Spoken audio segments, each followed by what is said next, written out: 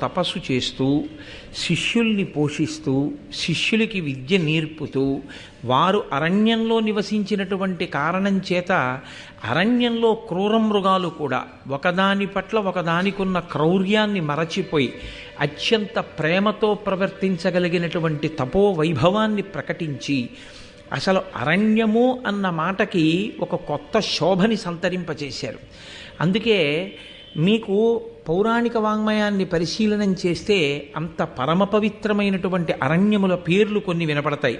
అందులో దండకారణ్యము, అది ప్రత్యేకించి శ్రీరామాయణ కాలంలో రామచంద్రమూర్తి ఎందరో ఋషుల్ని దర్శనం చేసినటువంటి ప్రాంతం. దండకారణ్యము, ధర్మారణ్యము, చంపారణ్యము, సైంధవారణ్యము, పుష్కరారణ్యము, నైమిషారణ్యము, ఇలా ఎన్నో అరణ్యాలు. ఈ అరణ్యాలన్నీ కూడా ఋషి స్పర్శ కలిగినవి. అరణ్యము అనేటప్పటికీ క్రూర మృగాలు ఉంటాయి.